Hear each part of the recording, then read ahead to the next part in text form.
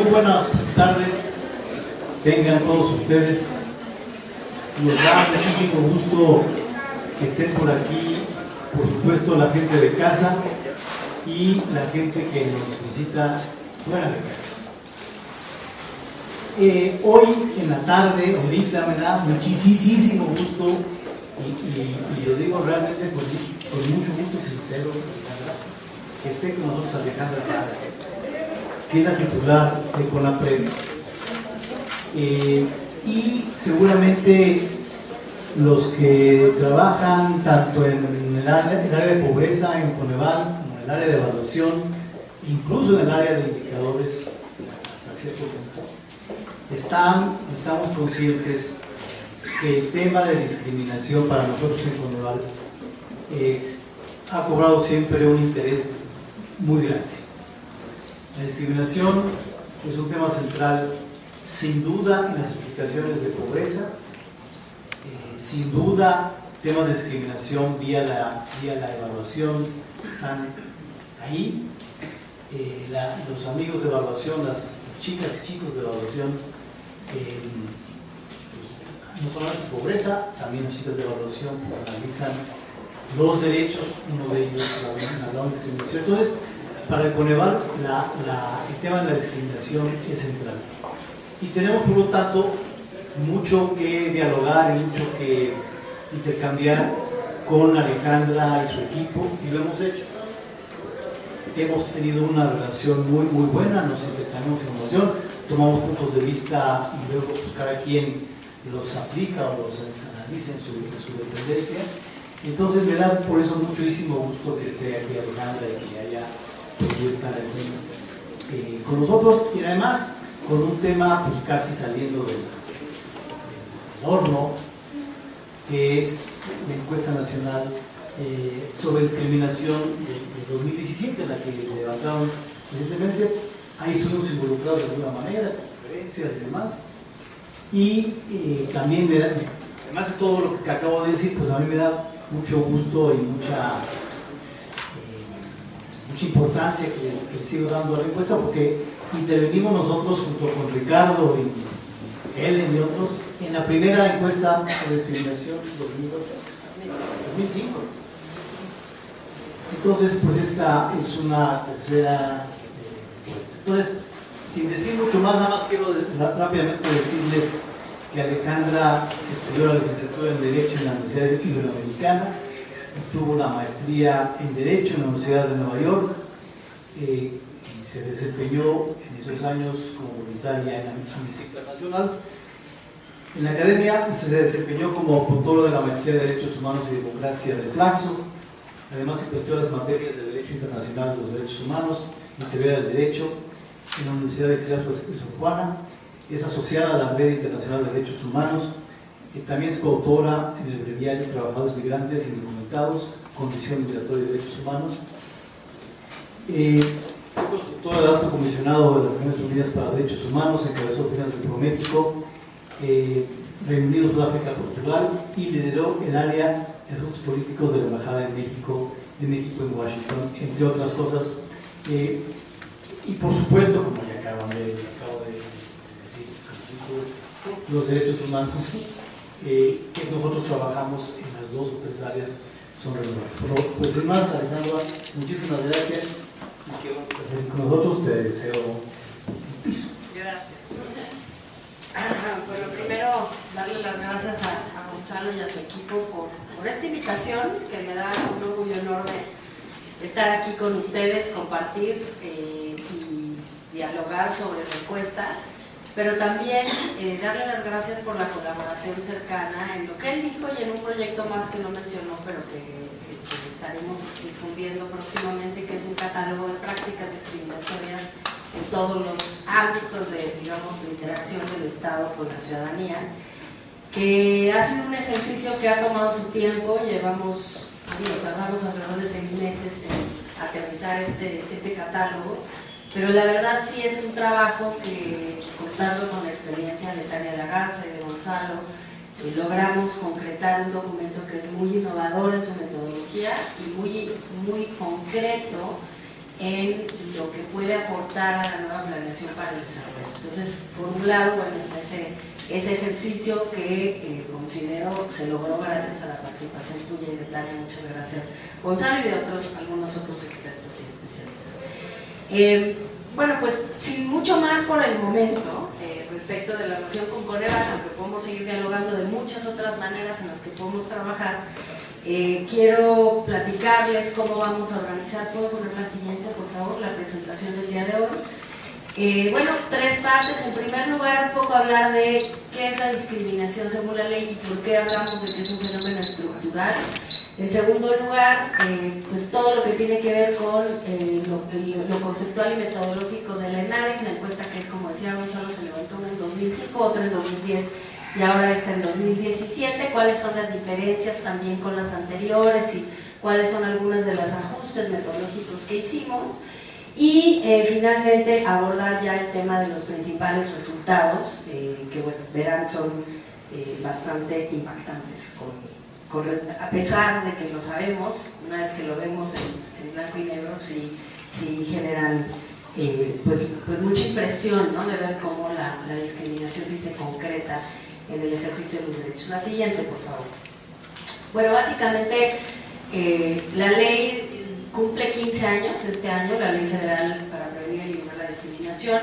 Es una ley que proviene de un proceso iniciado por Gilberto Rincón Gallardo. El 30 de agosto es su aniversario luctuoso, cumple 10 años de fallecido. Pero Gilberto, que fue un luchador social de larga data y una gente que estuvo participando en política y en temas sociales toda su vida, siempre llevó la bandera de la igualdad consigo a donde fue, ¿no? Y hay muy lindas anécdotas de cómo Gilberto abrió brecha, por ejemplo, en el Partido Comunista respecto al tema del aborto, en fin, otras historias de Gilberto, que la verdad era una gente de primera, y que hizo, ¿se acuerdan?, en esa elección del año 2000, una plataforma de un partido político que ponía por primera vez en una propuesta de partido político en el centro el tema de los grupos en situación de discriminación. No ganó la presidencia, pero sí en ese momento el presidente Fox decidió que se constituyera, encabezada por Gilberto, una comisión de estudios contra la discriminación que agrupó a un grupo de especialistas, políticos y gente de todos lados, que concretó en la Ley Federal para Prevenir y Eliminar la Discriminación, que a su vez creó el CONAPRED, ¿no? Realmente hay que destacarlo porque es una ley muy novedosa. Y es muy novedosa en el sentido, claro, los tratados internacionales vienen hablando de discriminación desde la Segunda Guerra Mundial, pero en 1948, desde la Declaración Universal de Derechos Humanos, pero México era un país en donde pues, tú le preguntabas a la gente, ¿hay discriminación? Y la gente te decía, claro que no, aquí no discriminamos, aquí para empezar no hay negros, así decían, y como no hay negros, pues no hay discriminación, discriminan en Estados Unidos. Se equivocaron en todo, porque claro que hay personas afromexicanas, ahora lo sabemos, 1.4 millones según Intercensal y según nuestra encuesta más aún, pero además por supuesto que hay discriminación racial que tiene que ver con otras cosas, y además la discriminación no solo es racismo, también hay clasismo, también hay homofobia, también hay sexismo, ¿no? Entonces el trabajo de Gilberto y de la gente de la comisión y de las organizaciones de la sociedad civil para anclar este tema en la sociedad y para desarrollar estos conceptos fue un trabajo muy arduo, y la verdad que 15 años no son muchos para ver el día de hoy que de cierta forma cuando menos ya no hay tanta resistencia. Algo hay, y lo hablaremos ahora que hablemos de tono de piel y de la experiencia del INEGI el año pasado con la encuesta de movilidad social, pero digamos que ya cuando menos aceptamos que hay discriminación en este país, ¿no? Y ahora veremos también algunos de los cambios respecto de cómo la gente percibe de forma distinta la propia experiencia de discriminación entre la encuesta anterior. Básicamente, ¿a qué se refiere la discriminación? Cuando alguien restringe, excluye, da una preferencia o hace una distinción que se basa en uno de los motivos históricos de discriminación: sexo, género, tono de piel, pertenencia étnica, condición de salud, discapacidad, edad, etc. Y que tenga por objeto o por resultado obstaculizar, restringir, impedir, menoscabar o anular el reconocimiento, el goce o el ejercicio de un derecho. Esa es la definición, digamos, operativa de la discriminación. La siguiente, por favor. Ahora, lo que decimos, y esto lo decimos gracias a que existe un señor que se llama Jesús Rodríguez Cepeda y que ha escrito mucho sobre discriminación estructural y la verdad que nos ilumina a todas y a todos. Lo que entendemos es que la discriminación no es solo lo que llama muchas veces la atención en la prensa, muchas veces, ¿no? Algo que pasa en una cancha de fútbol, nos llaman 200 medios, porque genera mucho interés, o algo que se dice en dos personas. Claro, por supuesto que puede haber discriminación entre dos personas y la hay todo el tiempo, pero realmente lo que preocupa de la discriminación es que se da de una forma mucho más sistémica, mucho más estructural y mucho más arraigada en la realidad de nuestro país, ¿no? Y gracias a esta visión de la discriminación como un fenómeno estructural podemos entender que es sistemática, también podemos entender sus causas y podemos entender cuáles son los ámbitos en los que ésta se desarrolla, ¿no? La siguiente, por favor. Básicamente, en primer lugar, son 6 características que tiene la discriminación estructural. Es un fenómeno recurrente, es decir, no es que pasa una vez y ya, consistentemente, y por eso es predecible, e incluso están en la Constitución los grupos históricamente discriminados.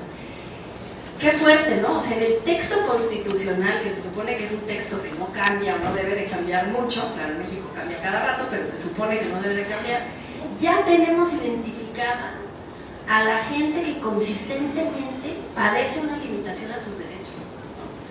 Casi como que digamos, pues ¿para qué necesitamos plenarios? Ahí están en la Constitución y ya lo sabemos, pero no, necesitamos más detalles porque ni teniendo en la Constitución los grupos discriminados hemos tomado suficientes medidas. Pero es un fenómeno recurrente y con recurrencia me refiero a décadas y siglos, ¿no? La siguiente, por favor. Es independientemente de las intenciones y eso nos pasa muchísimo en el CONAPRED, ¿no? No, es que yo no quise discriminar, bueno, pero no importa, el efecto que tuviste, si recuerdan la definición operativa, puede tener por objeto o por efecto, aunque no tenga por el propósito, de discriminar y sucede, y sucede, y sucede. Y muchas veces la normalización de la discriminación hace que ni nos demos cuenta que estamos discriminando y sin embargo estamos discriminando, estamos limitando un derecho. La siguiente, por favor. Es generalizado, o sea, vemos que son prácticas que son recurrentes y que son generalizadas en términos de que al mismo grupo de personas de manera consistente se les están limitando los derechos. La siguiente, por favor. Tiene raíces históricas profundas, ¿no? Y esto es importante porque yo me acuerdo muy bien y siempre dudo cuando doy una presentación sobre la discriminación de si hablar del aspecto cultural, porque me acuerdo de aquella intervención en donde alguien decía que si la corrupción era cultural o no, y el debate era, pues si es cultural, pareciera que no hay nada que hacer, que no hay que decir que es cultural, pero lo cierto es que sí hay una raíz histórica a la discriminación, que lejos de justificarla, la hace, no es que la justifique, pero la hace difícil de combatir. No hay que menospreciar lo profundos que son los prejuicios y los estereotipos, lo lejos que están en nuestra memoria colectiva, y por eso la dificultad que tenemos de combatirlos y de renunciar a ellos. Incluso cuando uno quiere renunciar a un prejuicio que uno tiene sobre un grupo de población, encuentra resistencia porque viene de un lugar muy profundo y de muchos años, décadas de aprender eso. La siguiente, por favor. Creo que esta es la más importante, ¿no? La más importante y una característica de la discriminación estructural que nos cuesta trabajo a veces notar es justo que refleja relaciones desiguales de poder.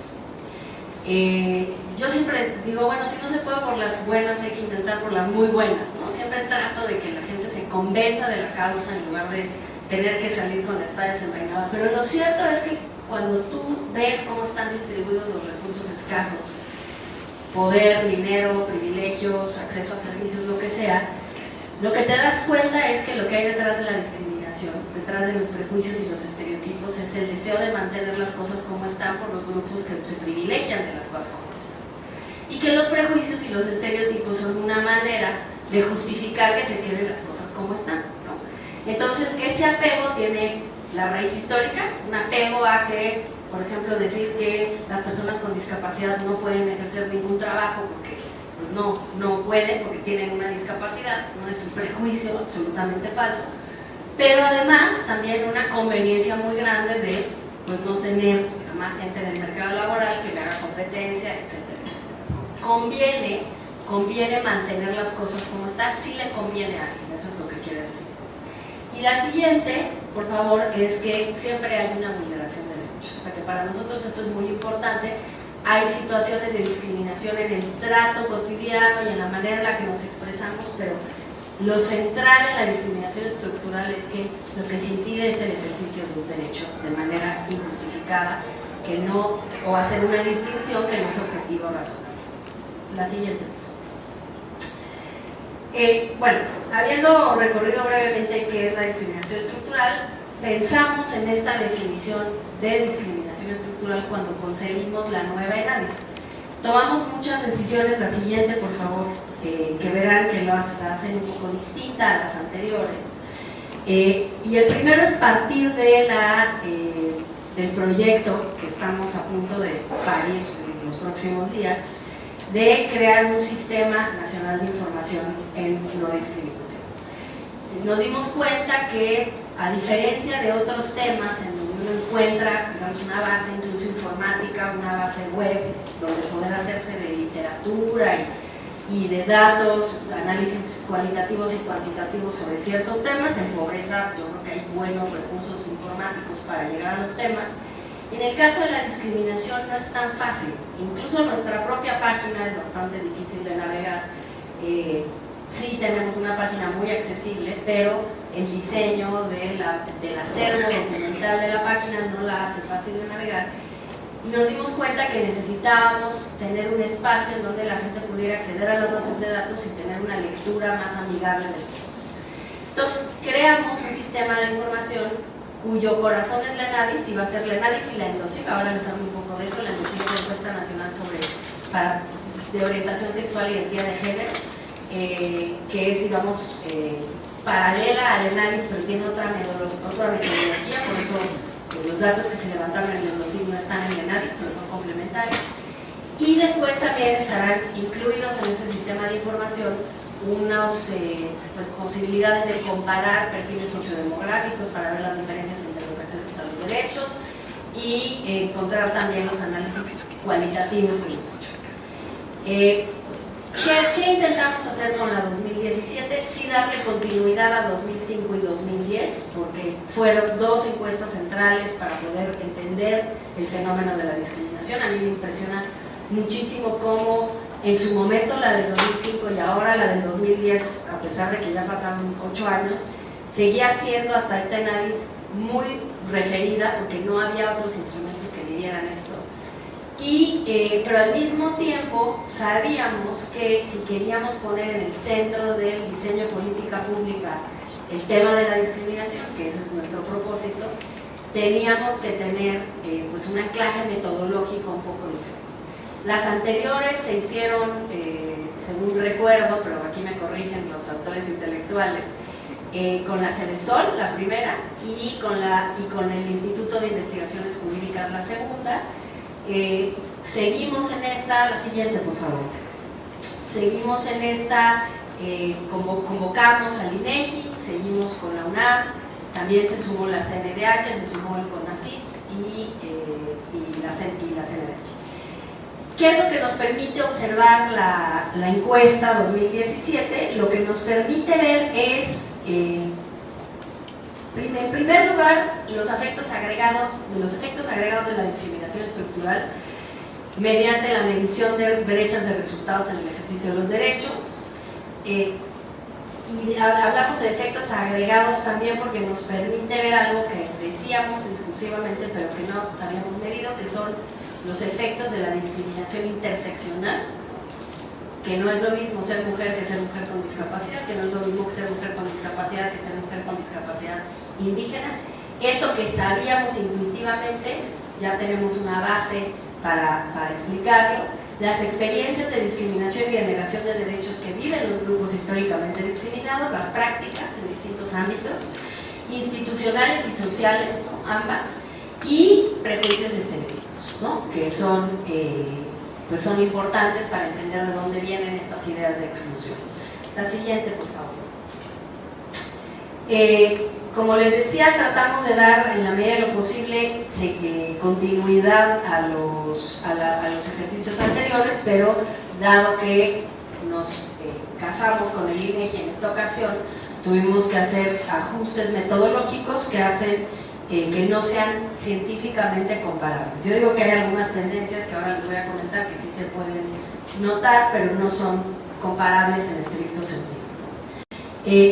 Lo que sí pensamos es que tiene una buena metodología, que los ejercicios anteriores fueron fundamentales para poder llegar a este, y que a partir de este podemos seguir mejorándola, pero ya teniendo una línea de base con ellos.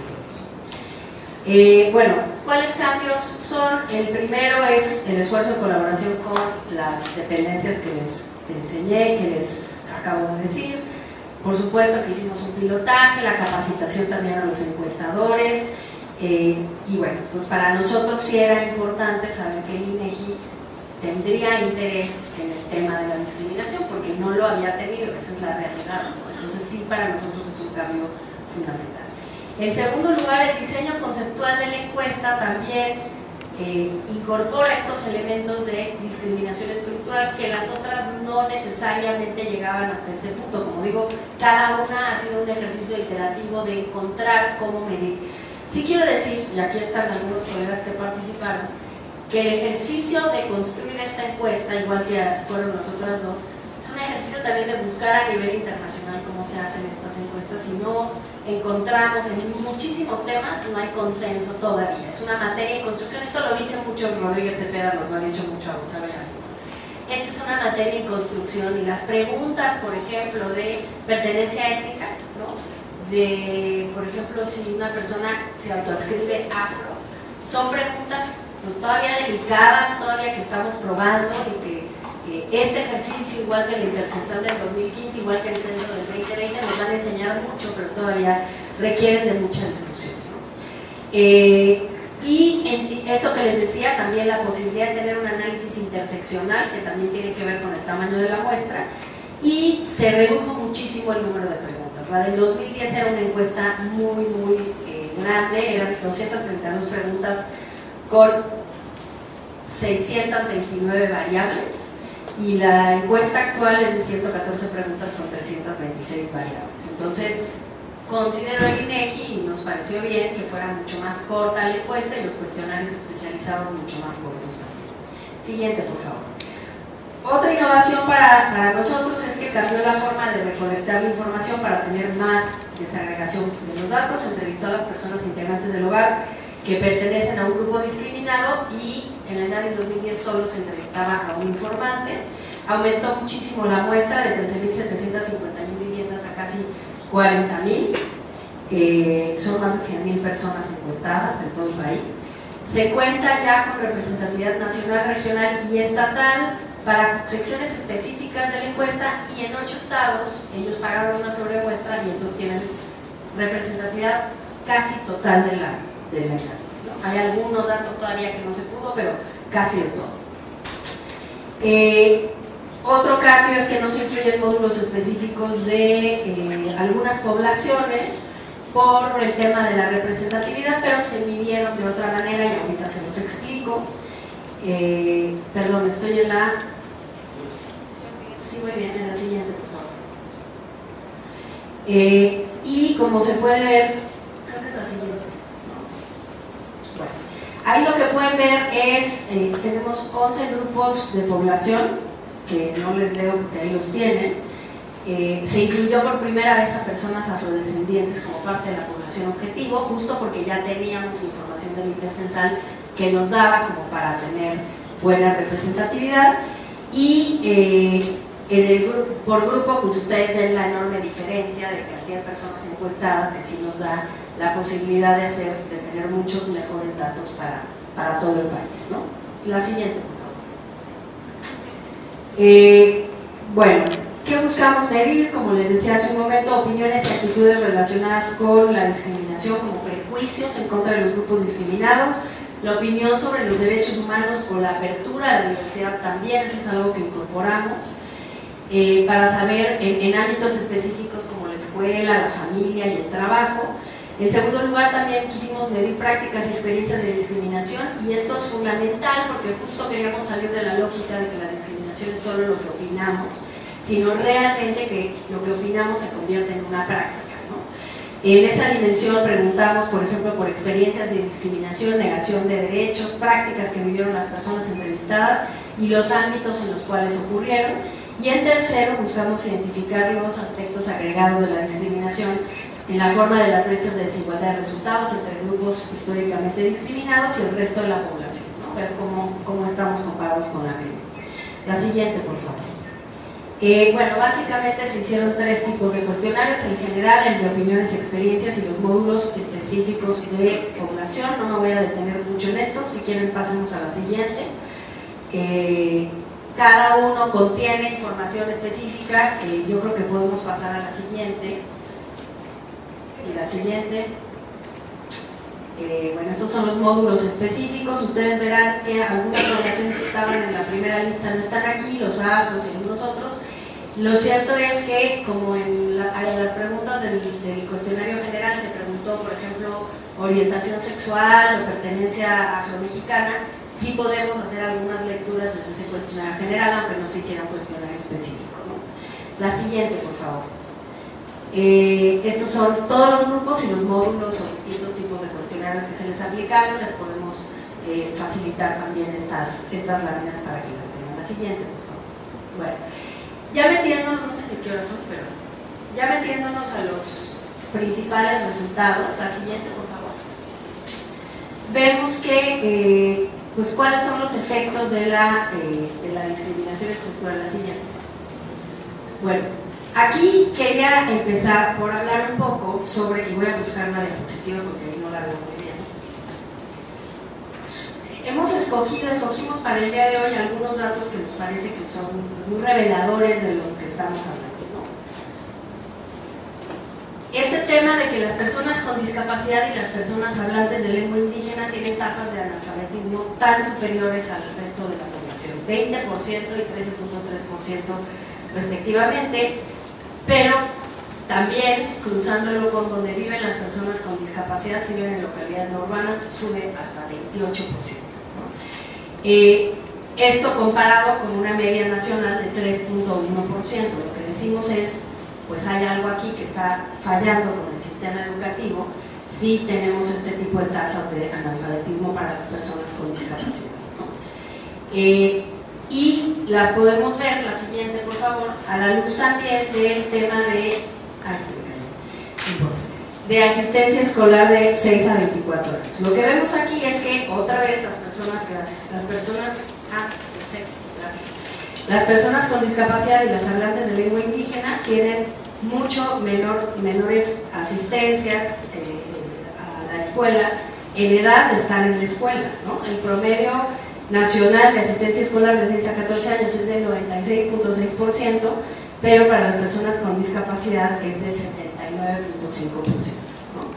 Ahí, poco lo que hemos estado diciendo respecto, por ejemplo, de la población con discapacidad, y por eso les digo que esta encuesta nos da datos que sustentan en muchísimo lo que veíamos simplemente analizando la política pública.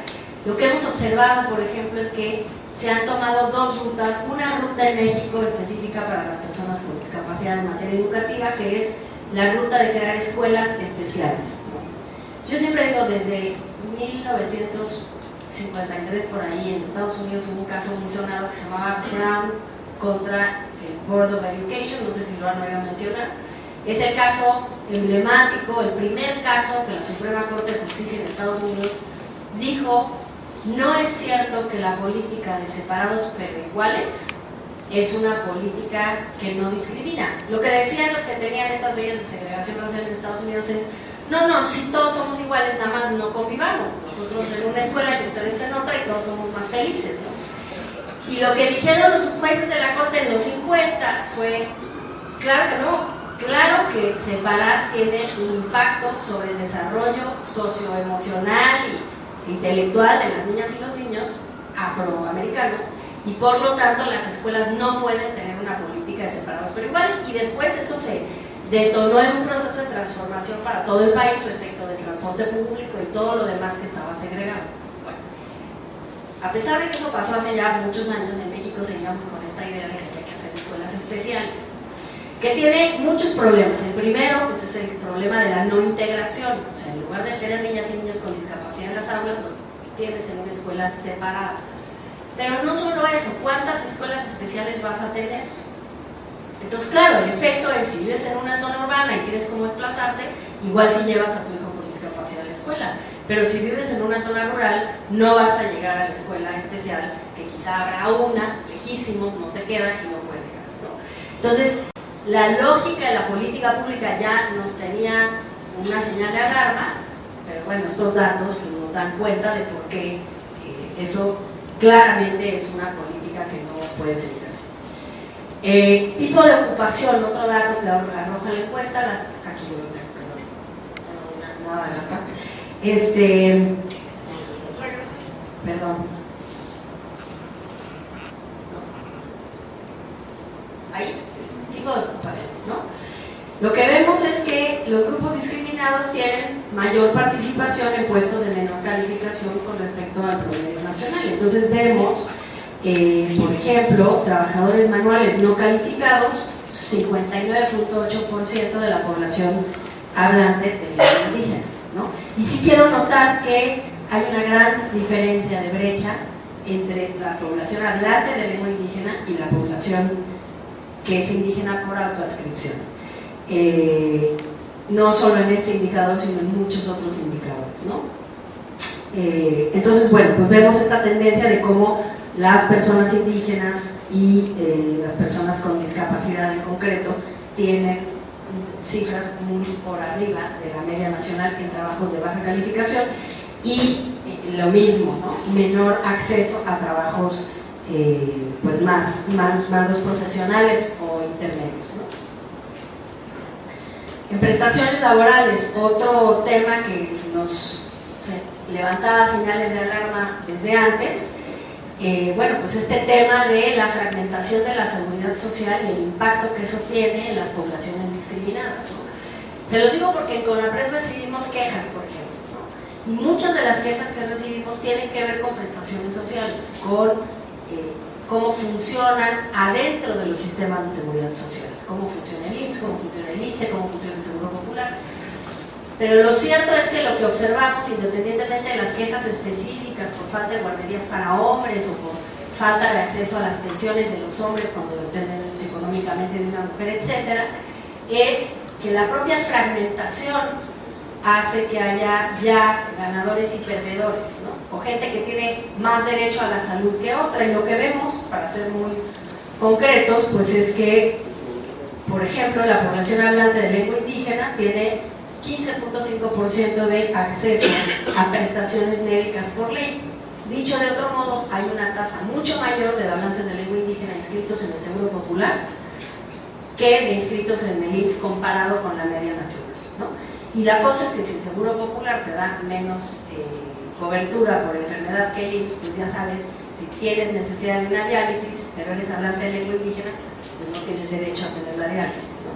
Y estas lecturas de cómo la política pública está condenando de cierta forma a ciertos grupos de población en específico, no es nada más por acceso o nivel socioeconómico, es también porque pertenecen a ciertos grupos de población. Este tema, por ejemplo, de la falta de contrato, en particular para la población indígena, solo 1 de cada 10 hablantes de lengua indígena tiene un contrato de trabajo escrito, ¿no?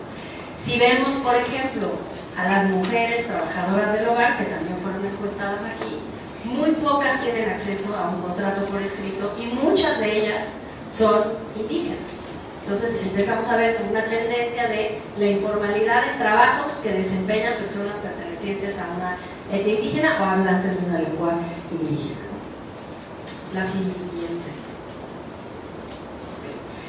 Aquí lo que les decía del tema del uso de servicios de salud, esto, ¿no? El 72% de las personas hablantes de lengua indígena están afiliadas al Seguro Popular frente al promedio nacional, que es del 37.6%, 54.5% de la población indígena y 40% ya un poquito más cerca de la media nacional de la población afrodescendiente, pero sigue siendo más alto,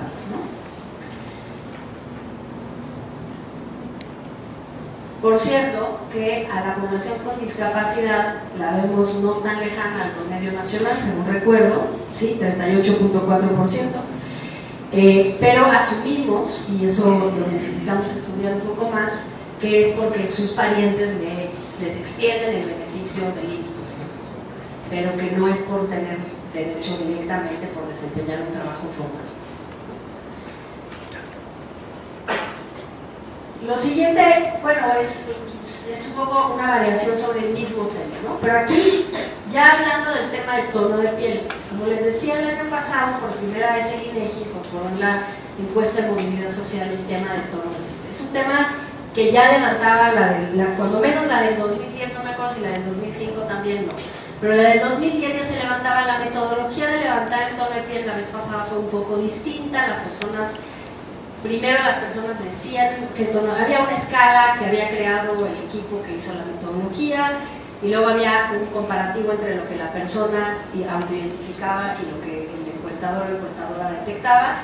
En este caso simplemente se utilizó una escala que se llama PEARL, es un consenso de un grupo de académicas y académicos de la Universidad de California.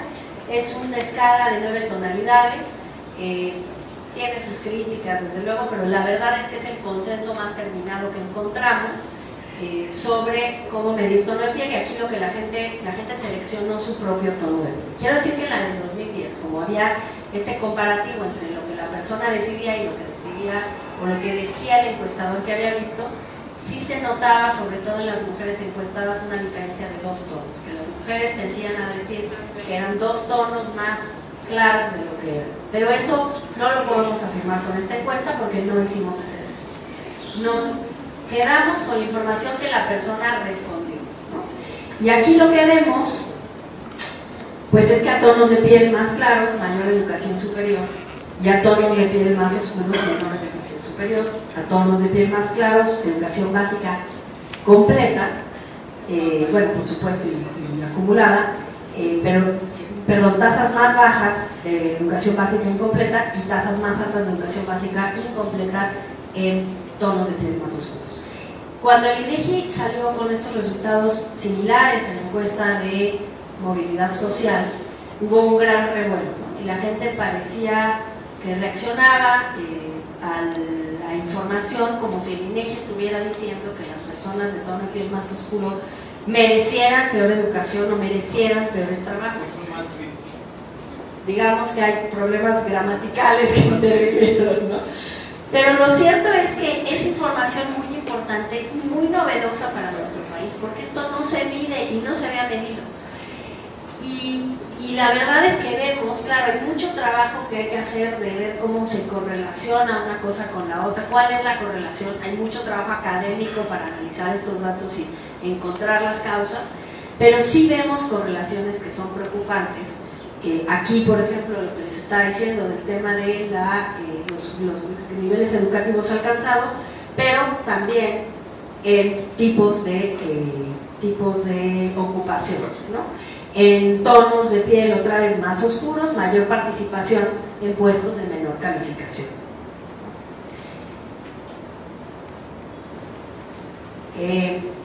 Bueno, simplemente para terminar lo de tono de piel, creo que no está aquí, pero también hay una lámina que tenemos en algún lado que enseña que simplemente para aglutinarlo todo, a mayor nivel socioeconómico, más concentración de tonos de piel más claros, y a menor nivel socioeconómico, más concentración de tonos de piel más oscuros.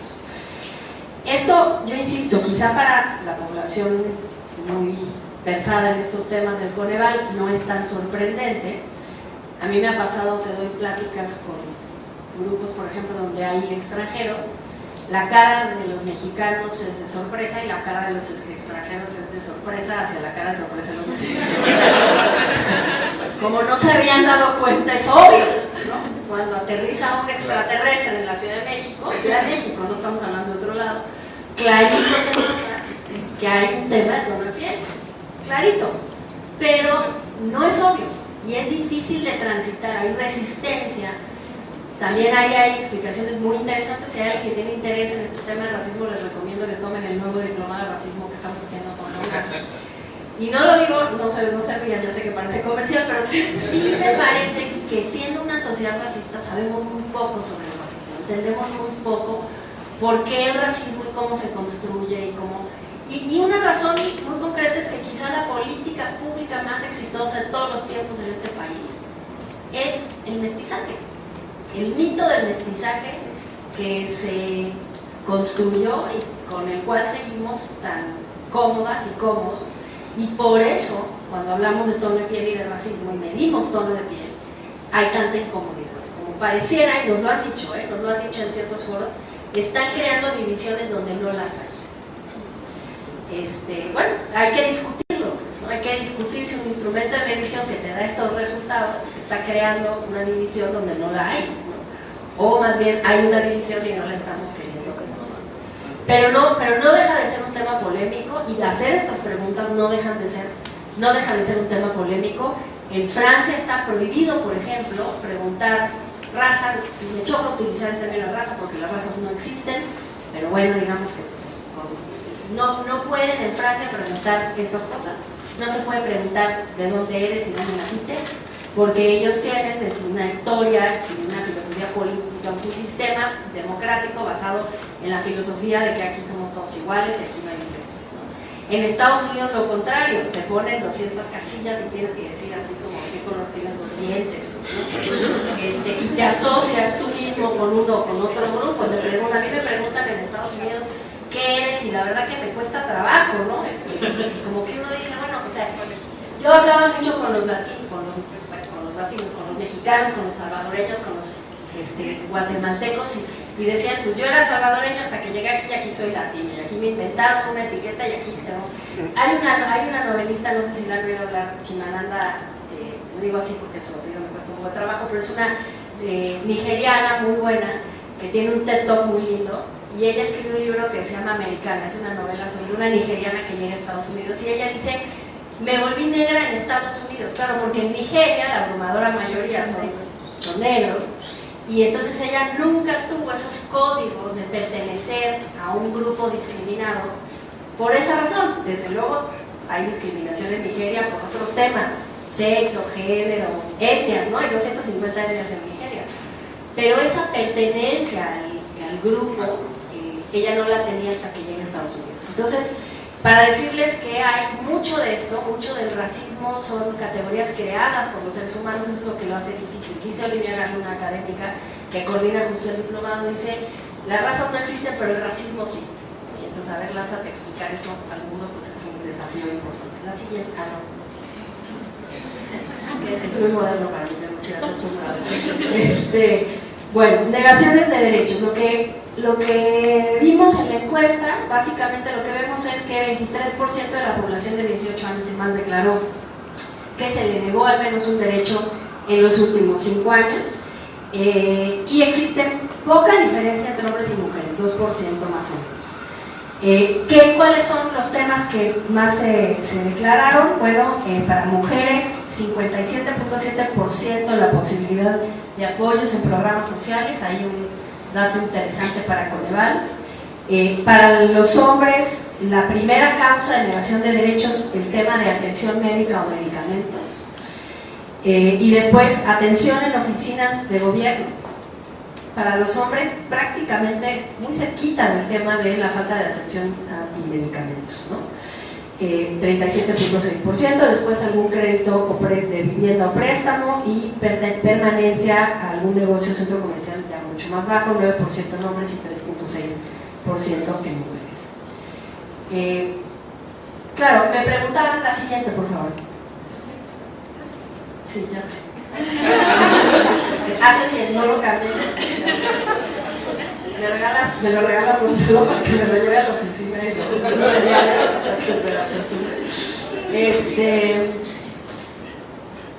ahí está un poco más desagregado por población discriminada, y si se fijan, trabajadoras del hogar remuneradas, casi el 40% dice que se le negó un derecho en los últimos 5 años. Sí quisiera destacar, y no me acuerdo, Adrián, si en esta presentación viene, pero sí quisiera destacar que el nivel de conciencia que tienen las trabajadoras del hogar respecto de que no tener seguridad social es una violación a sus derechos es muchísimo mayor en la del 2017 que en la del 2010. Y eso es una gran noticia, porque eso quiere decir que las trabajadoras del hogar saben perfectamente bien que deberían tener derecho a la seguridad, tienen derecho a la seguridad social y no tienen seguridad social, y esa es una violación de sus derechos. La verdad, esa es de las poquitas partes esperanzadoras de esta encuesta. Personas con discapacidad en segundo lugar, personas no heterosexuales, también bastante alto, ahí en casi 30%, personas indígenas muy cerquita, personas afrodescendientes, 26.9%, y bueno, ahí van siguiendo los demás grupos. Esto que les decía, que para nosotros es oro molido, esta posibilidad por el tamaño de la muestra de medir la interseccionalidad o la discriminación múltiple, como se le dice también, es ver que, bueno, si eres mujer estás en 20%, 22% decíamos, pero si eres una mujer que se adscribe indígena, 30.2%, y si eres una mujer indígena, adscrita indígena, que además pertenece a la diversidad religiosa, 31.4%, y si le subes a mujeres trabajadoras del hogar, 39.5%, y si subes mujeres adscritas indígenas con discapacidad, 40.1%, mujeres adscritas a indígenas trabajadoras del hogar remuneradas, 43.3%. O sea, este tipo de datos antes no los teníamos y con esta encuesta los podemos tener. El tema de las entidades federativas, pues es un tema que siempre nos preguntan, ¿cuál es la entidad en donde más se discrimina y cuál es donde menos? ¿No? Ya todos ustedes saben de eso, ustedes hacen eso siempre. La verdad es que no tenemos el dato, no tenemos todavía, y yo digo que es culpa de Gonzalo porque no nos ha ayudado a hacerlo, el indicador que nos diga en tal lugar se discrimina más o menos. Tendremos que trabajar sobre la fórmula, que será un trabajo que espero que hagamos con Eval y con la Cruz de la Mano en algún tiempo, pero mientras tanto pues no dejan de ser resultados que son más interesantes leídos en lo local, individualmente, que comparando entidades federativas, porque puede haber muchas razones por las cuales en algunos estados salen altos y en algunos estados salen bajos, incluyendo, por ejemplo, percepción de discriminación como algo que es inaceptable o como algo que es inaceptable. En muchos lugares donde está tan normalizada la discriminación, simplemente ni siquiera se percibe como un acto de discriminación, ni siquiera por la población discriminada.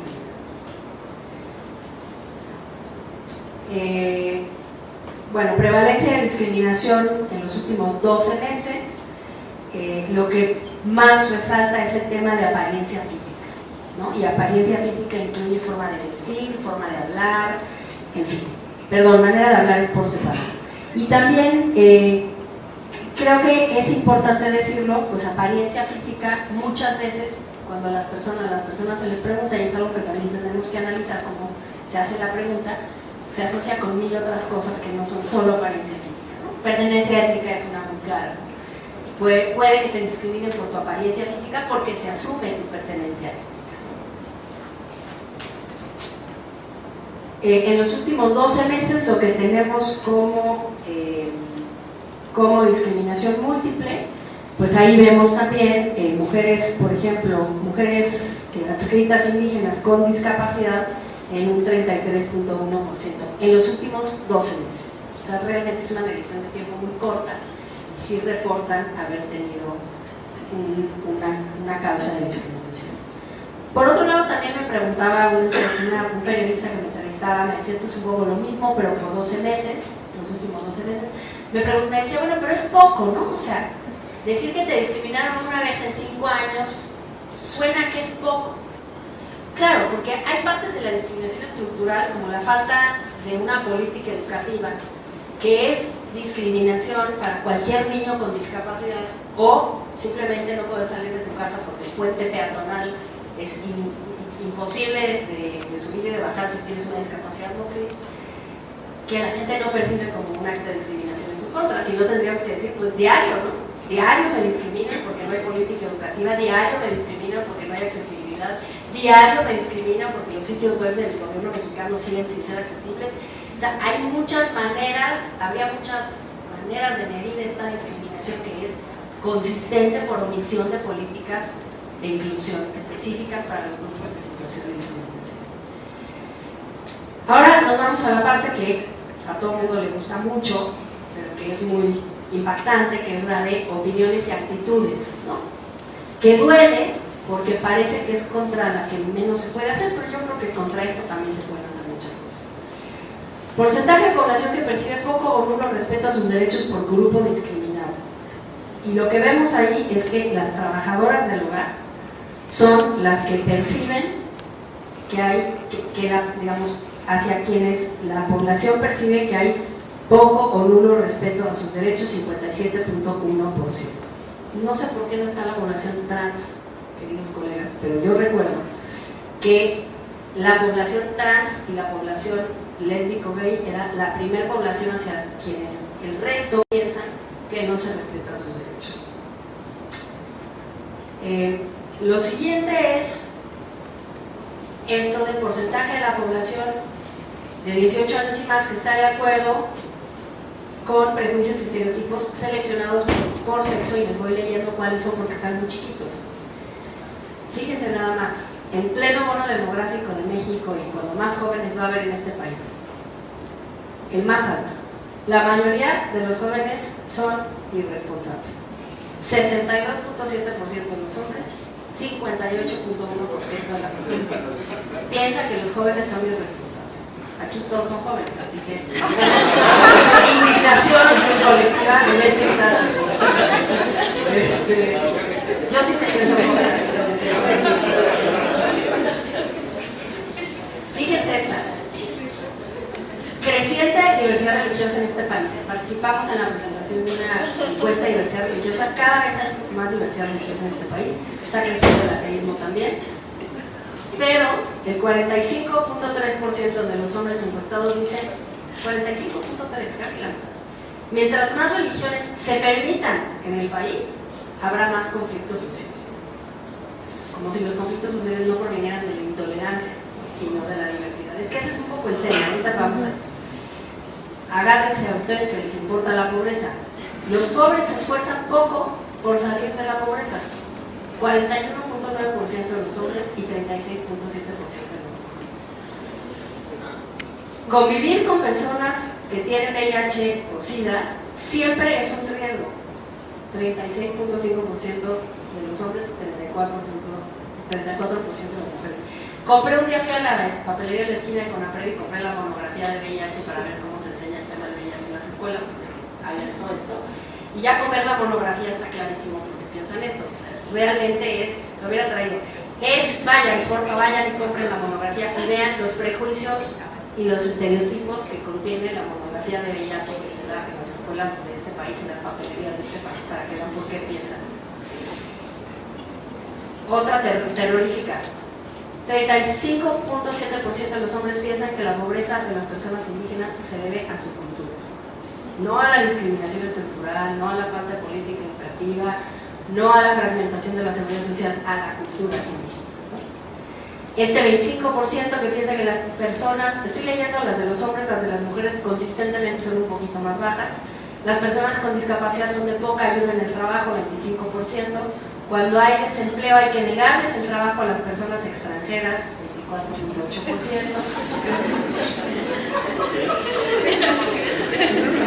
Aquí haya una agraviada por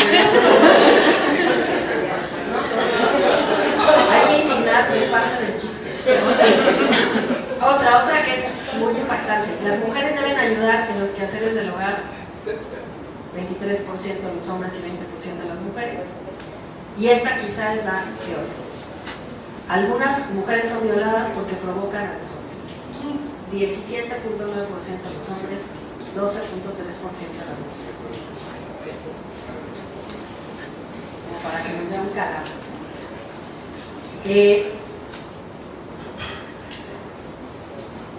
Claro, y como no se explica el tema de la desigualdad y de la pobreza con el eje de discriminación, ustedes sí lo hacen, pero no está socializado, pues hay muchas de estas conclusiones que aterrizan con mucha facilidad en la población. Pues sí hay pobreza, pero es que son pobres porque no se esfuerzan, ¿no?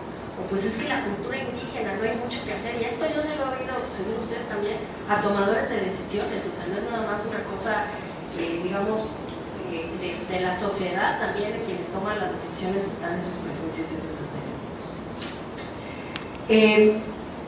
Otra mini buena noticia es que los rangos de edad más jóvenes tienen menos prejuicios que los rangos de edad más grandes. VIH pues sí representa una diferencia muy muy grande, lo que perciben los jóvenes respecto a lo que perciben las personas adultas y los mayores. Un poquito menos de diferencia con el tema de la pobreza, también más aceptación de religiones, pero fíjense qué alto está en jóvenes este prejuicio propio de que los jóvenes son irresponsables. 53% de los jóvenes creen que los jóvenes son irresponsables. Y esto es un fenómeno también bien descrito en la literatura de la discriminación, y que es que dicen, por ejemplo, yo he oído a algunos hombres homosexuales decirlo: la primera homofobia que tienes que combatir es la tuya, ¿no? Y eso pasa mucho, ¿no? Los prejuicios y los estereotipos no solo se anidan en los otros, se anidan también en la persona que tiene la característica.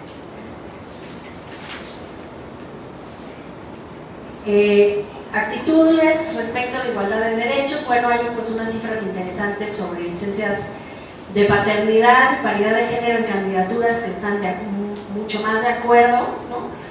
Aunque bueno, paridad de género me da risa: 86.6% de los hombres y 84.7%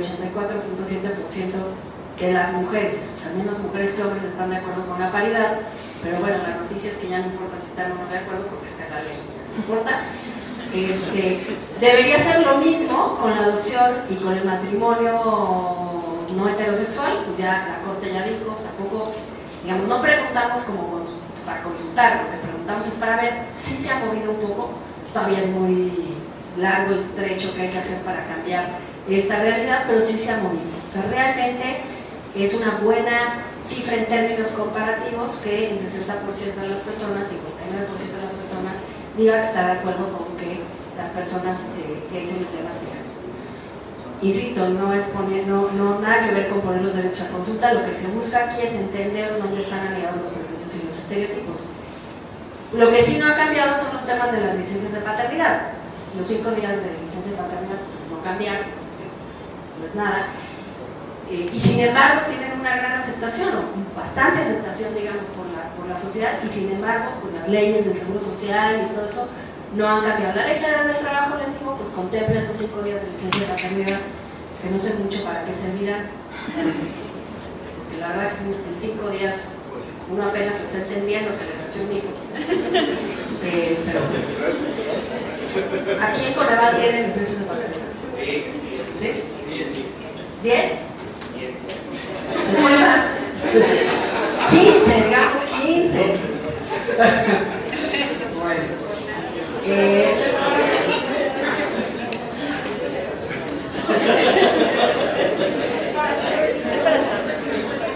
Esta pregunta es una pregunta interesante. Esta es una pregunta sobre si uno le rentaría un cuarto de su casa a alguien. Primer grupo al que no le rentaría la casa: personas extranjeras. Eso también es muy de notar y de subrayar, porque esto no lo veíamos tan claramente en las encuestas anteriores. Hay algo de xenofobia creciente en México, por cierto, absolutamente injustificada, porque México tiene por mucho la tasa más baja de la OCDE de personas nacidas en el extranjero. O sea, pensamos como que hay muchos migrantes en México, y lo cierto es que hay poquísimos. Y el segundo grupo al que no le rentarían una casa es a las personas jóvenes. 38.6% de las personas encuestadas no les rentaría un cuarto a una persona joven. Seguido de personas trans, de personas con VIH o SIDA, personas gays o lesbianas. Ya un poco más abajo, religión diferente, personas afrodescendientes, ¿no? En fin. Después, el tema de la apertura a la diversidad, o falta de apertura a la diversidad. Porcentaje de personas que les gustaría mucho o algo, o poco o nada, mucho algo en amarillo, poco o nada en azul. Ay.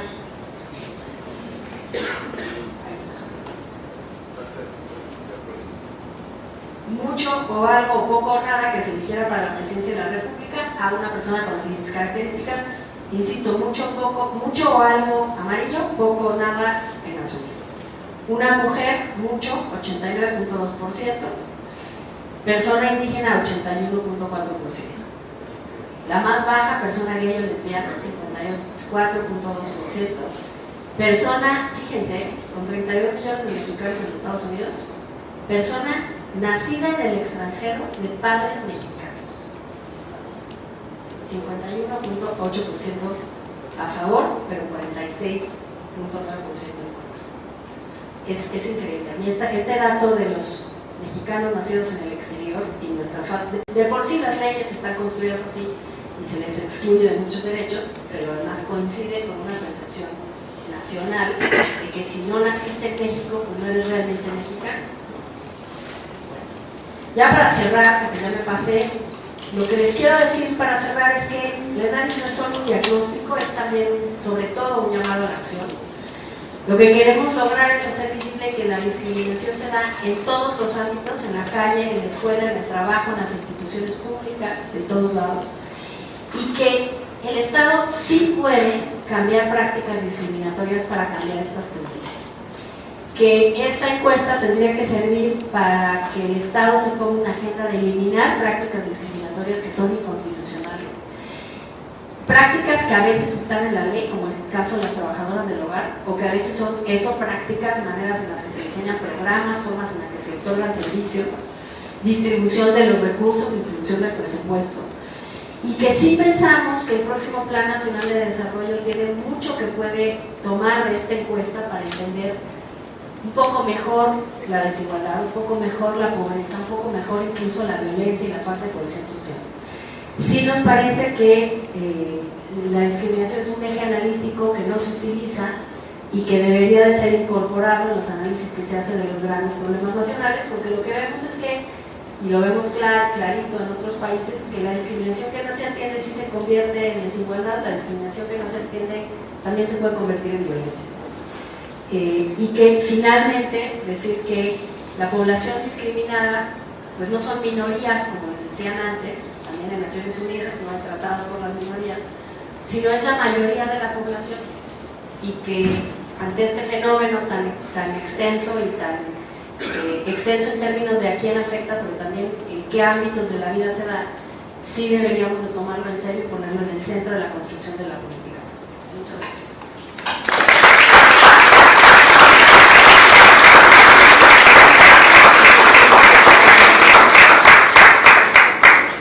Muchísimas gracias a la maestra Alexandra. Voy a abrir el foro a preguntas.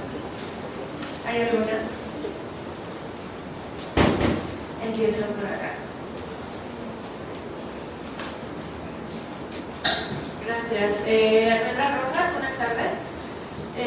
Una inquietud es, la población LGBT en los últimos al menos 10-15 años ha sido de las más visibles, más no reconocidas en sus derechos.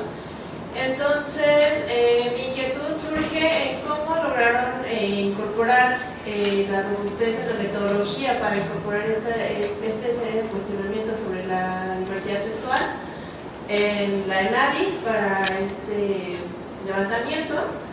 Y por otro lado, una cuestión que aquí también nos surgió es cuántos días tienen de licencia de paternidad los hombres en CONAPRED, porque es curioso, ¿no? Pero luego suelen ser diferenciados dependiendo de la institución en la que cotizamos. Y un dato que me pareció muy interesante, que justo estaba de las últimas láminas, es que la percepción o la identificación de por quién votarías, si aceptarías a una mujer y particularmente una persona indígena, y salió con altos datos, y una candidata indígena no logró ni siquiera el posicionamiento ante la boleta, ¿no? Entonces, dato muy interesante. Eran tres, ¿no? Sí, vamos a tomar una ronda. ¿Hay alguna otra? Gracias. Tengo dos preguntas. Una es respecto a lo que nos comentaban sobre las diferencias que observaron entre las personas hablantes de lengua indígena versus las personas que se autoadscriben como indígenas. Y la primera pregunta es, ¿qué los distingue, además de lo obvio? Es decir, desde su experiencia, ¿qué hace esta distinción relevante?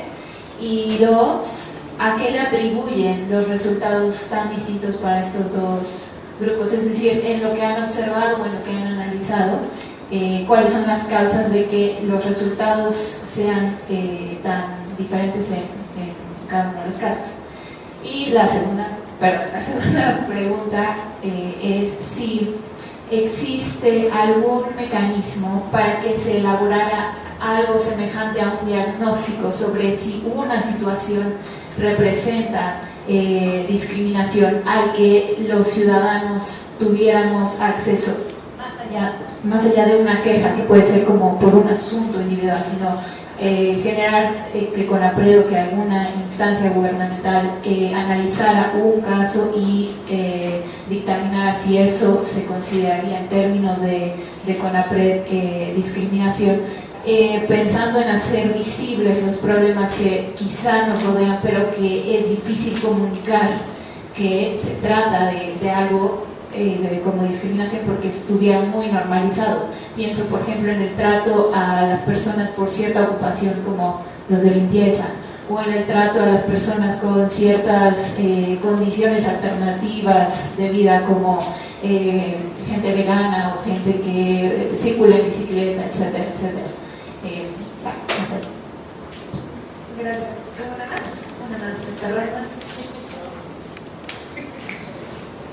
Bueno, dos preguntas. Uno, he sabido que bajo ciertos contextos sociales o ciertos contextos políticos, las personas pueden reservarse lo que su posición ideológica o lo que realmente piensan, ¿no? Es decir, en cierto contexto más de apertura, las personas que son o que mantienen una ideología conservadora usualmente no la declaran y declaran lo contrario, pero cuando hay un contexto que lo permite declararlo, ¿no? Por eso en ciertos momentos históricos podemos ver que emergen, ¿no? Y de pronto uno se sorprende, pero si antes no existían, no, en realidad es que hay. Entonces no sé si en esta encuesta se consideró este tipo de situaciones para la forma en que declara una persona sus preferencias o ideologías. Y lo otro, para el caso de población indígena, cuando se habla de tasas de alfabetismo, ¿se considera la capacidad de hablar y escribir su propia lengua o solo el español? Muchas gracias. Empezamos con estas tres preguntas en la ronda.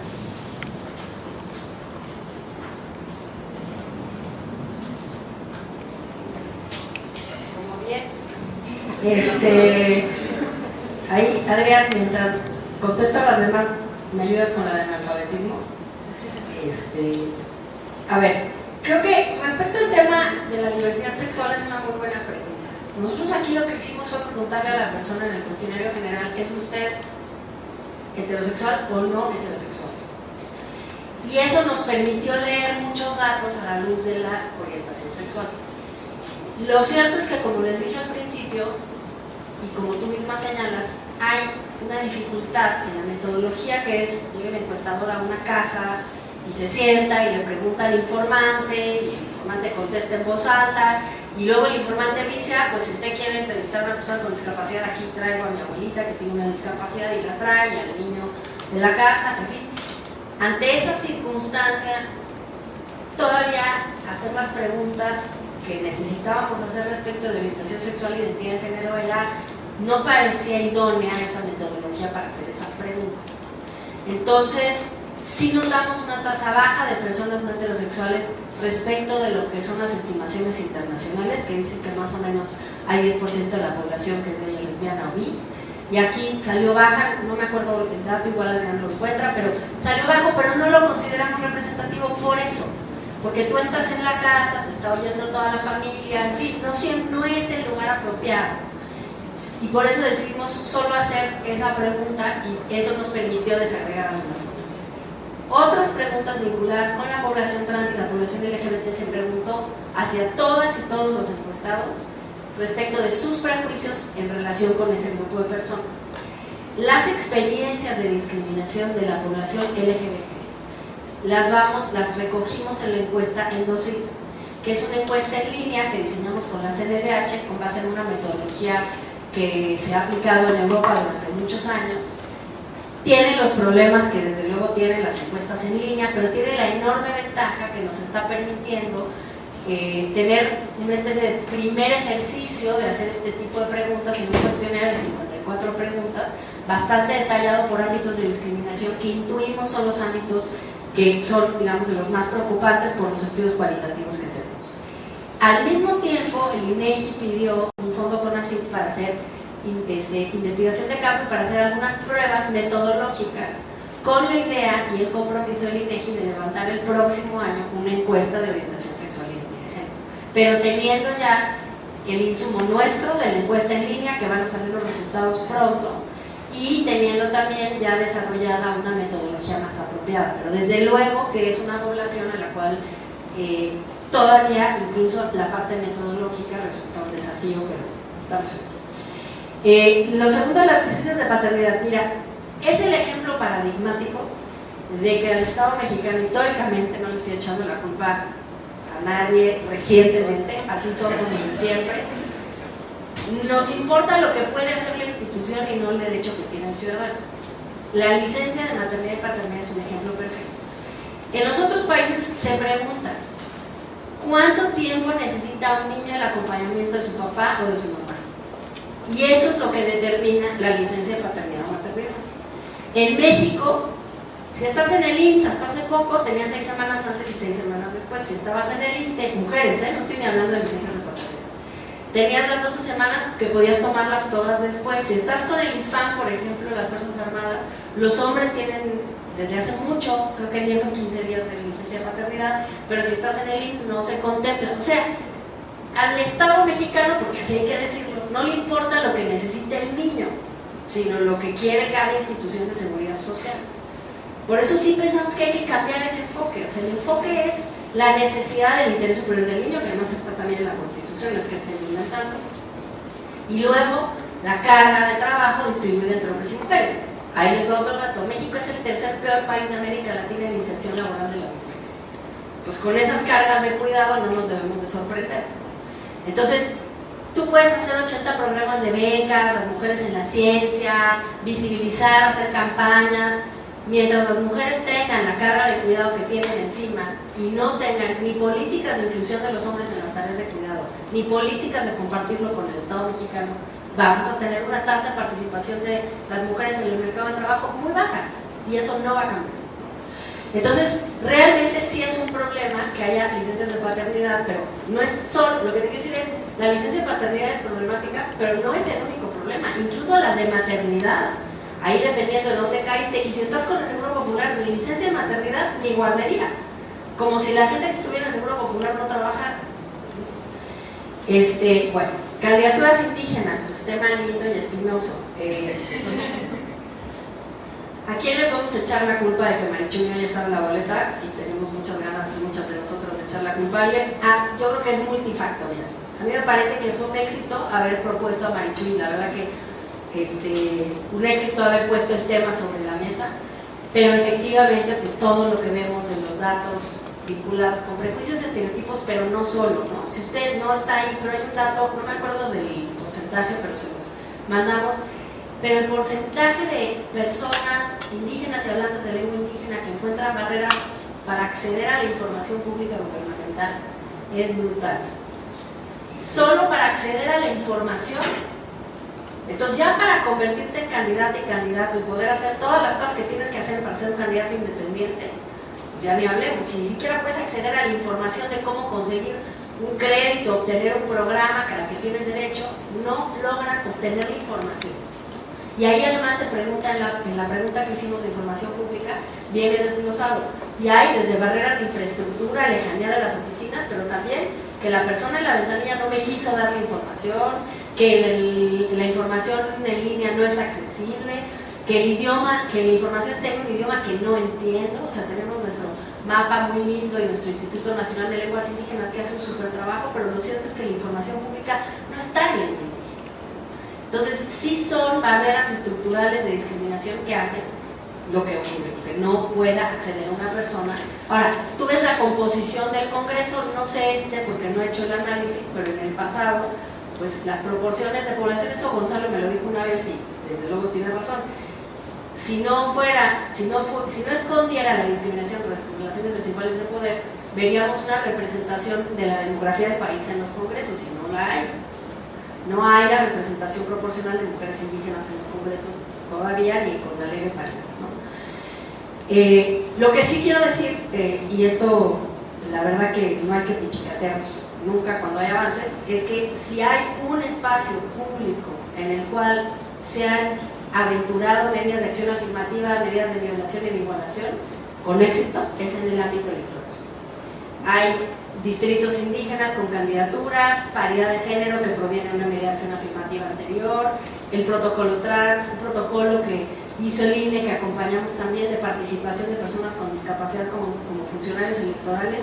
Por primera vez en la historia del país, más de 2.000 personas fueron funcionarios electorales en las casillas, incluyendo un señor ciego con el acompañamiento de su hija en Nuevo León, fue presidente de la casilla. La verdad que es un cambio importantísimo, ¿no? Y eso hay que decirlo, pues es gracias a que el INE, a través de varias quejas que nos llegan, o incluso de su propia voluntad e interés, han ido generando estas medidas de igualación. ¿Qué distingue hablantes de lengua indígena que de autoadscritos? Bueno, básicamente el autoadscrito es la persona dice, soy indígena, me considero indígena o no me considero indígena. Vemos un crecimiento muy importante del censo del 2010 al intercensal del 2015. No sé, Adrián, si estoy bien o mal, pero más o menos 13% en 2010 contra 22% en el 2015. Y yo no he leído nada, seguro hay mucho escrito, pero yo no he leído una explicación. Lo que me han dicho es que es multifactorial, ¿no?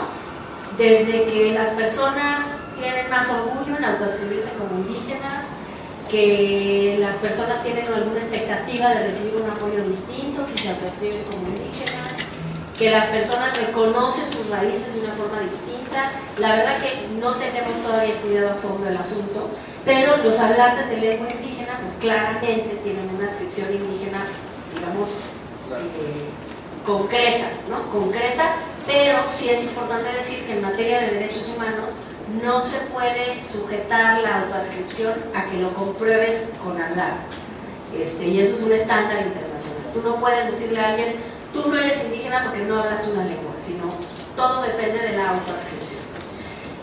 ¿Cómo hacer cambios estructurales y hacer visible el trato discriminatorio, el tema de otros grupos como veganos, ciclistas? Mira, hay que recordar que en la definición estricta de la discriminación es la negación de un derecho, ¿no? El trato discriminatorio, claro que puede ser y es molesta, lastima y hay que denunciarlo, pero de lo que estamos hablando aquí pues es de estos grandes grupos de población que durante siglos han sufrido limitaciones a sus derechos, ¿no? Entonces, creo que hay mucho que se hace en términos de lo que las redes sociales han logrado. Yo creo que a mí me ha sorprendido mucho, y les pongo este ejemplo muy rápido.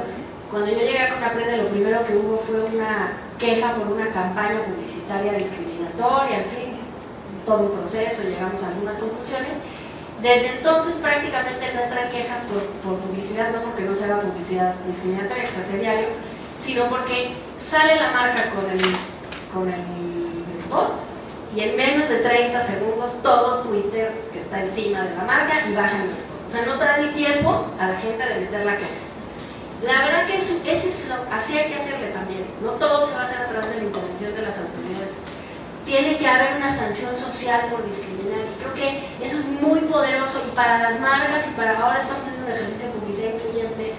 Pues antes no sentábamos ni a 3 publicistas, nadie nos pelaba y ahora tenemos mesas llenas de publicistas diciendo yo quiero participar en hacer estándares porque se dan cuenta que sí hay una sanción social por discriminación. Yo creo que eso tiene un efecto transformador muy importante. ¿Cómo hacer para las respuestas políticamente correctas? Es muy difícil, o sea, claro que sabemos que hay un sesgo que puede generar respuestas políticamente correctas.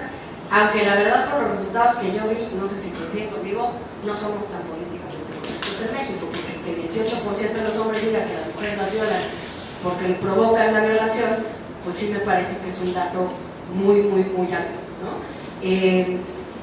Puede haber un riesgo, pero insisto, yo creo que en muchísimos de los casos no hay tanto riesgo como en otros países donde está todavía más socializado esto de cuál es la posición, digamos, aceptable. Quizá en algunos entornos urbanos y demás, pero no me parece que sea una regla para el resto del país.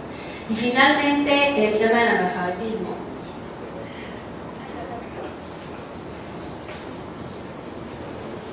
La parte del analfabetismo, como en la mayor parte de las cuestiones de INEGI, se pregunta, ¿sabe leer y escribir? Independientemente si es español o no.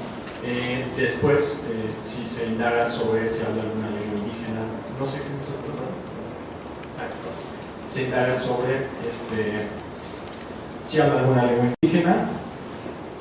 También nada más decir sobre esto del sesgo de seguridad social, que es lo que nos preguntan. Se hicieron en muchas de las preguntas, se abordaron con cuestión electrónico y con tarjeta, pues. Entonces, en realidad, el entrevistador o la persona entrevistadora no sabía lo que estaban respondiendo. Si se le hacía la pregunta, tienes las respuestas, por eso se toman ese tipo de medidas para evitar ese tipo de sesgos, aunque sabemos que al final del día siempre vamos a tener. Otra aclaración rápida sobre LGBT, también se hizo con tarjeta, donde la persona no indicaba su orientación, sino simplemente un número, o ellos ponían en el cuestionario electrónico la orientación sexual que tuvieran. En este caso, tengo alrededor de 96.4% de personas heterosexuales y 3.6% no heterosexuales, que sabemos que también pues, es un número bajo, pero bueno, pues es una medida y INEGI está trabajando, como bien decía la presidenta Alejandra, en tratar de medir mejor esto. Esto pensamos que es una aproximación apenas, pero bueno, se hizo así metodológicamente. No sé. Gracias. Vamos a tomar una última ronda de preguntas. ¿Hay alguna por acá? Okay.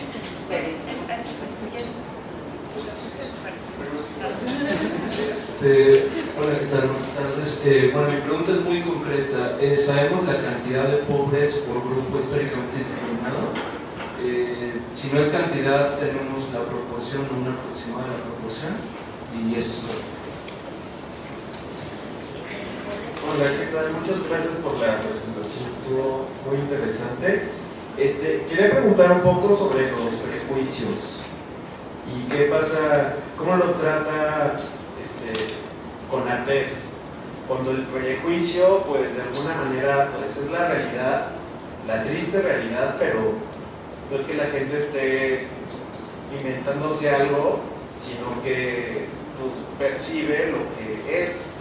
Como si uno ve a una persona en la calle, probablemente sabe cuando es pobre, porque se viste de cierta manera. Quizás eso es discriminatorio, pero también hay gente pobre en la calle, pide dinero, o sea, sucede pues. O no sé si las personas homosexuales son más propensos al VIH, pues sí son un grupo de riesgo, así médicamente. Entonces, ¿cómo agarrar eso o no? Y también ese mismo prejuicio, ¿cómo lo trata CONAPRED cuando hace sus preguntas, como la de heterosexuales y no heterosexuales, cuando ahí en lo no heterosexual hay un mundo? Entonces, ¿eso es un prejuicio también hasta cierto punto? ¿O quizá el prejuicio va cuando se cumple una condición como peyorativa específica? O no sé, por ahí va mi pregunta. Gracias. Muy bien.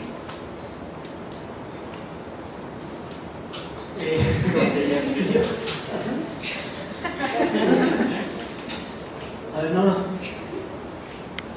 que quiero reaccionar aquí a no quiero reaccionar y después decir una cosa, ¿no? Yo he platicado con Alejandra y mi particular punto de vista en el tema de los prejuicios y los estigmas es que ese es, como decía Alejandra, el gran pretexto que nos ayuda a estar en una nacionalidad para discriminar. ¿Sí? Es decir, digo, híjole, yo quisiera, mi punto de vista, a mí me gustaría preservar el status quo, me gustaría preservar algunos recursos que yo tengo, que yo puedo adquirir. No quiero que más gente se meta. Y digo, híjole, yo creo que la población de color es una población agresiva. Por lo tanto, pues, no hay que permitir que entre al parque este exterior, ¿no? Si yo encuentro a una persona así que es agresiva, digo, ya ven, así son todos. Entonces, sí es un mecanismo desde mi punto de vista que en la historia de la humanidad ha sido muy útil para convencer al resto de discriminar. Y esto lo usamos a cada rato, aún en contextos mucho más amables, digamos, ¿no? Pero que no lo son. Por ejemplo, todas las personas que estudiaron en el ITAM son neoliberales. Lo que estoy haciendo es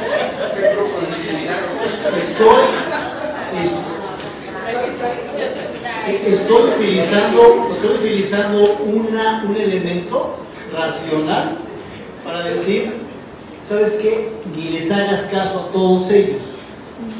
Todos los del UNAM son grillos. Todos los sociólogos. Entonces, uno agarra esas historias que sí puede ser cierto para uno, se lo aplicas a todos con fines discriminatorios o de exclusión. Es nada más una reacción muy. Lo último, lo que quiero decir es, antes de que después tú repartas tu todo, yo quiero agradecerle muchísimo a Alejandra otra vez su presencia, ojalá que sea la última vez. Quiero agradecer también muchísimo el seminario de la mañana de Ricardo y de Luz, que fue, me parece, muy exitoso, porque lo que hacemos, Alejandra, es en la tarde viene alguien externo a hablarnos de un tema, y en la mañana hay un seminario interno de cosas similares que hacemos en el Coneval, de lo que va a pasar en la tarde, para relacionar lo que hacemos internamente con lo que pasa. Entonces, y esta en la mañana, tanto Ricardo como Luz nos hablaron del trabajo que estamos haciendo internamente, de medir más allá de la pobreza elementos más cercanos a los derechos y a su acceso efectivo y a cómo pensarle para pegarle a cosas más ambiciosas que la pobreza. Entonces quiero agradecerle también, aprovecho para agradecerles. Quisiera rápido pobreza por grupos, no lo tengo a la mano, pero te lo mandamos. Sí, lo tiene Adrián, que todos lo saben. Todos. Perdón, o sea, pues más que medir pobreza, ¿verdad? O sea, tenemos la variable, por ejemplo, de estrato socioeconómico que se construye con 50 variables que hace INEGI, pero bueno, en realidad, pobreza tenemos que, bueno, así, partir de la concepción de cómo queremos medir pobreza. Si es como lo miden ustedes, pues no podría ser posible porque faltarían muchas variables, hay instrumentos especiales para eso. Si te refieres a línea de pobreza, pobreza por ingresos, evidentemente la encuesta tiene la variable de ingreso, aunque todos aquí sabemos, yo creo que es una variable muy compleja y muy difícil de medir, pero sí es posible y sí tenemos la variable de ingresos y también el estrato socioeconómico, que tiene que ver más con cuestiones pues de condiciones de la vivienda, etcétera, ¿no? Entonces sí podemos... ¿Están los datos en las bases de datos? Sí, claro, están los datos en la base de datos, pero sí tendría que ser como pobreza más bien por ingreso y con cuidado, porque sabemos que esta variable tiene sus dificultades. Bueno, y sobre el tema de los prejuicios, yo creo que es una gran pregunta, porque hay que entender qué es un prejuicio y cómo se construye. Yo te quiero dar un ejemplo ya para terminar. La condición trans estuvo hasta hace muy poco tiempo en la lista de enfermedades mentales. Acaba de salir, la OMS la acaba de sacar. Y la acaba de sacar por una investigación que se hizo en primer lugar en México por el Instituto Nacional de Psiquiatría, que sentimos muy orgullosas. no salió del todo de la lista de la OMS de condiciones, pero sí de enfermedades. ¿Por qué no salió de la lista de condiciones? Porque sí requiere un tratamiento médico, es decir, una persona que es trans puede querer, no siempre quiere, tener tratamiento hormonal, etcétera, etcétera. Entonces sí puede que haya necesidad de un servicio médico que acompañe la transición, no siempre. Pero salió de la lista de enfermedades porque se determinaba que era una enfermedad, porque los psiquiatras decían, es que, fíjate, todas las personas trans tienen depresión y ansiedad. Y eso lo convierte en una enfermedad. Si algo te provoca depresión y ansiedad, pues es una enfermedad. Y lo que encuentran las y los psiquiatras mexicanos es que lo que provoca la ansiedad y la depresión es la discriminación. No ser trans. Si tú naces en una casa y naces con genitales femeninos y le dices a tu mamá, pues yo me quiero poner pantalón y jugar con cochecitos, estoy simplificándolo muchísimo porque el binarismo de género es otra cosa que habría que tirar a la basura, pero digamos que vamos a dejar eso para otro día. Tú quieres jugar al fútbol y irte al baño de los hombres y nadie dice nada y todo el mundo está tranquilo con eso, no tendrías depresión y ansiedad. El problema es que tus papás les dan el ataque, en la escuela no te dejan, vas a la CEP y te dicen que no, que a fuerza tienes que tener un certificado con el nombre anterior, en el registro civil no te quieren cambiar el nombre. ¿Cómo no te va a dar ansiedad y depresión? Entonces, ese es el tema del prejuicio. Lo mismo con el tema del VIH. Acabo de estar, bueno, estuve hace como 6 meses en Inglaterra en un seminario sobre el tema de diversidad sexual, muy localizado en una escuela de psiquiatría. Y los académicos decían, las personas gays son más propensas, estaban hablando de una investigación que hicieron muy localizada en Liverpool, en Australia.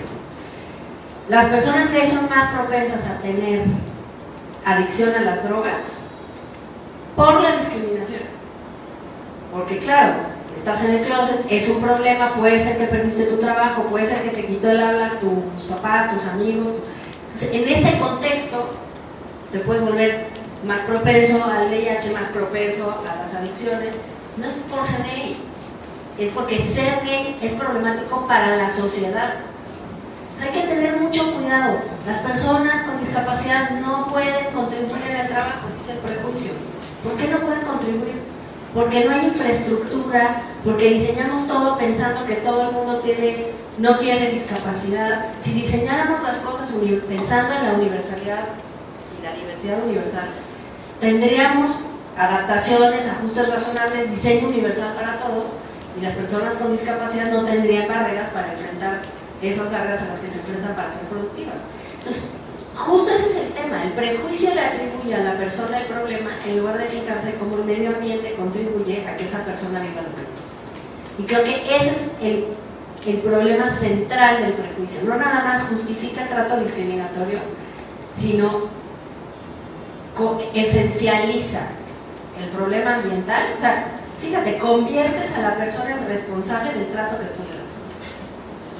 Y eso es lo que es muy grave del prejuicio. Pues yo creo que ya con eso. Muy bien.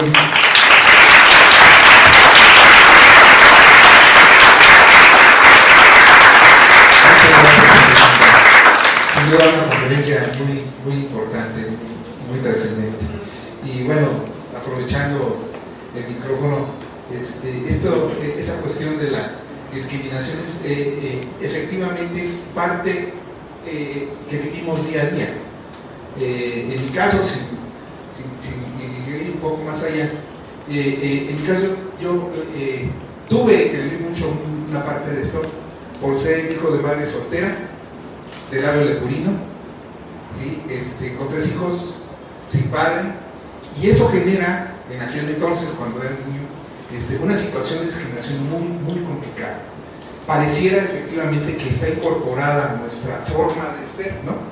Que debería de ser algo cotidiano, pero en realidad lo que nos da como resultado son condiciones sociales de desigualdad, no tan solo económica, sino también social y discriminatoria, ¿no? Muchas gracias, Alejandra, y por mi conducto, que cuando haga llegar un reconocimiento.